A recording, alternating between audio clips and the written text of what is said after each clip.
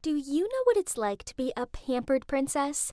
Well, I do, because my dad's a billionaire, so the high life's mine.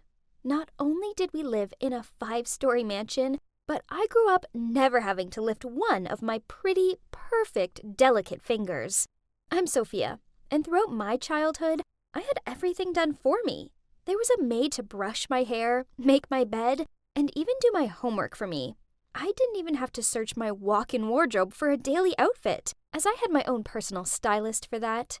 So what? I'm spoiled. But I can't help being so perfect. I'm far too gorgeous to be stuck in a stuffy classroom studying. Not when I could be partying or schmoozing with the stars at swanky cocktail balls. But then, one morning, after a particularly crazy night out, I arrived home with a makeup-smudged face and only one shoe. Dad frowned at me, and then he said, "Sophia, you can't carry on like this.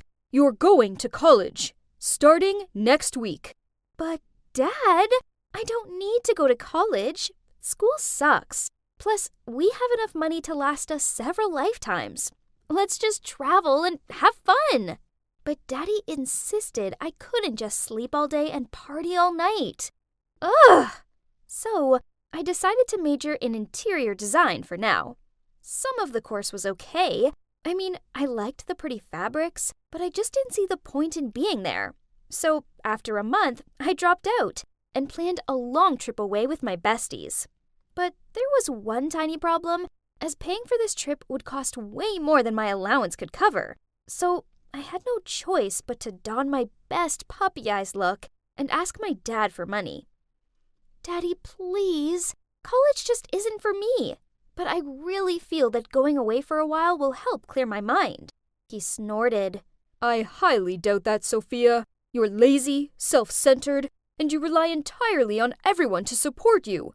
You're 20, for God's sakes, so act like it."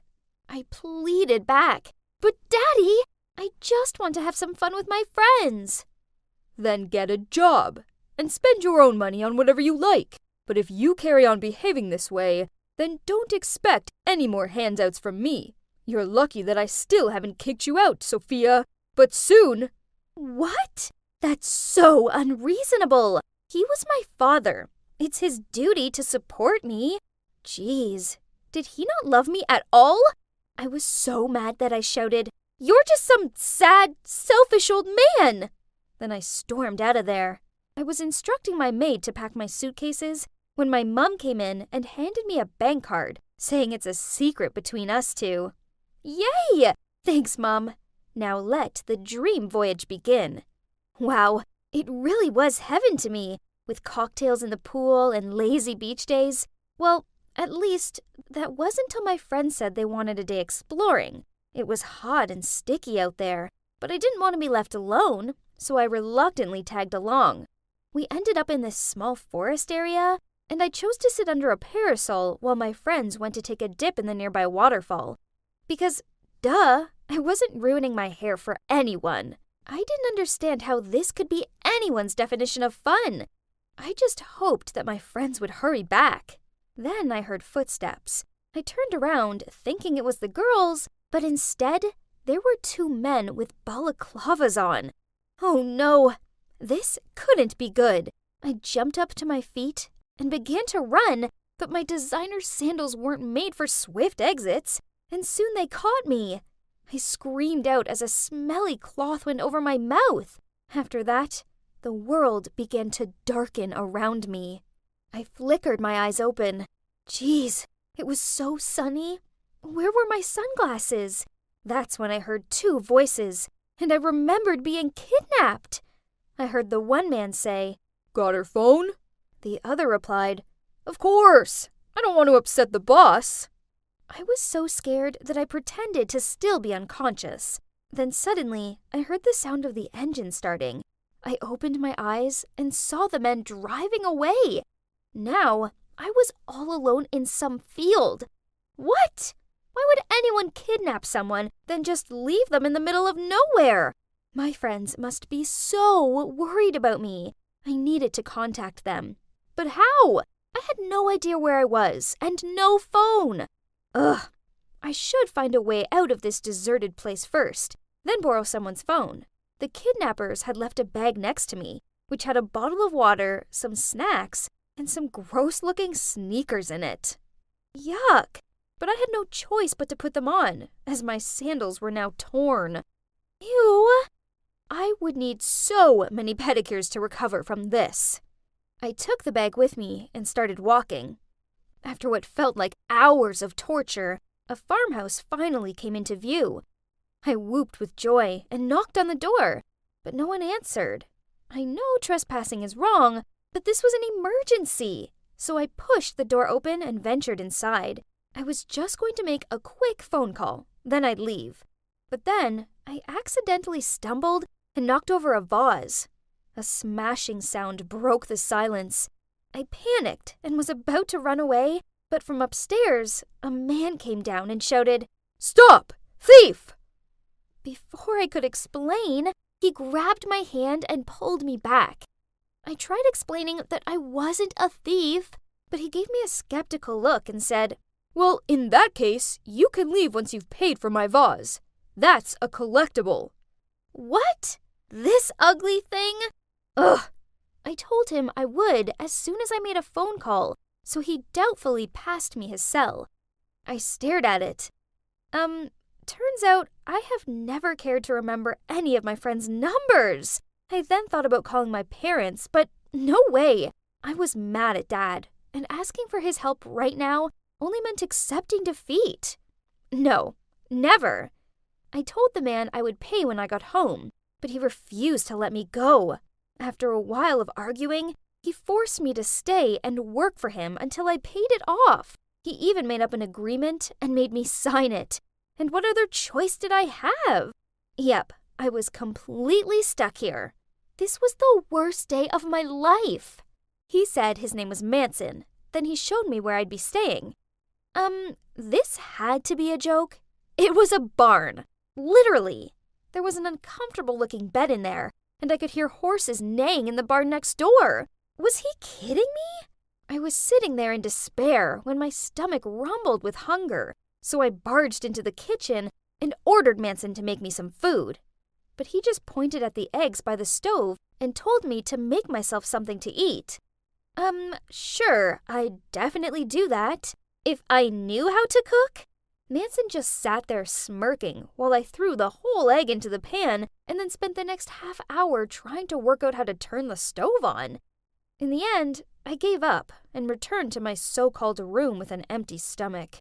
If you think that was bad, well, things soon got a lot worse. At 5 a.m., a noisy rooster woke me up, and then started my disastrous days at the farm. I accidentally dropped the bag of seeds onto the floor and got them in my hair, so the chickens chased me around the pen to get to them. I slipped over in the pigsty. Ew! I chipped a nail cleaning out the rabbit hutch. I even fell into horse manure. It was awful. Then on top of it all, Manson was so rude. He just laughed at me struggling with everything. But then one day, it all got too much for me.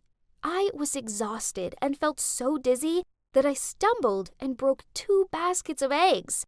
It really hurt so bad, and I was even in tears, thinking Manson would be mad. But instead, he ran over to check on me. Then, he even cooked me a nice meal and told me that I'd been doing a great job, despite the accidents. Whoa, what's with this personality change? So, maybe he wasn't as bad as I thought? Over the next few days, I actually found myself enjoying Manson's company. We sat by the fire pit and watched the sunset. We went horse riding, and I managed not to fall off. And he even taught me how to cook. That's when I realized 2 things. Firstly, I'd been a brat. I was lazy, selfish, and I took everything for granted. But now I realized that with hard work came reward. And secondly, I realized that I liked Manson a lot. So I decided to do something nice for him. I gave the barn a makeover. It was just simple things, really. I put a rug down, added some plants, hung up a few pictures and fairy lights. Then I dragged Manson over to have a look. He peered around the barn, then smiled. "Sophia, This is so lovely. Then he awkwardly looked down at his feet. Look, I need to tell you something. It's your dad. He hired those men to kidnap you, then paid me to let you stay here. I laughed over that ridiculous joke, but then he continued. Your dad wanted you to change your outlook on life and understand the value of money. He only has your best interest at heart. Wait, was this all just a setup? With teary eyes, I looked straight at Manson and said, I was going to tell you that I have feelings for you, but I suppose you don't feel the same. I need to go. Please tell my father to send someone to pick me up ASAP, unless he's okay with me walking all the way back home without any phone or cash. Then I hurried out of there. He shouted after me, but I ignored him. I was so angry and upset. I continued walking until a car eventually pulled up alongside me. It was our family's driver. He took me home. Then I locked myself in my room, refusing to come out. It took a few days for me to calm down enough to go confront my father. And when I did, well, I found myself running into his arms and telling him how sorry I was. He looked so shocked. I finally realized that my dad only did that because he loves me, and he wanted me to see the true values of life. I told him I would resume my studies at college, but there was something else I needed to do first. I showed up at Manson's doorstep with some carrots for the horses and a new vase. On seeing him, he grinned, then gave me the biggest hug. Guys, life isn't all about designer clothes and expensive holidays. Sometimes a stinky farm full of even stinkier animals and a cute guy, well, that can be the best place in the world. As for the future, well, Manson and I are both taking it slow and seeing where it goes. I do have big plans for his farm, though. I'm helping him renovate the barns into holiday cottages so other people can sample the country life too. A part of me will always be a pampered princess, but as for the other part of me, well, it turns out she can make a mean egg bagel and outrun a pen full of chickens. Don't take life for granted. It doesn't matter how pretty and rich you are. Instead, there's far more to life than just that.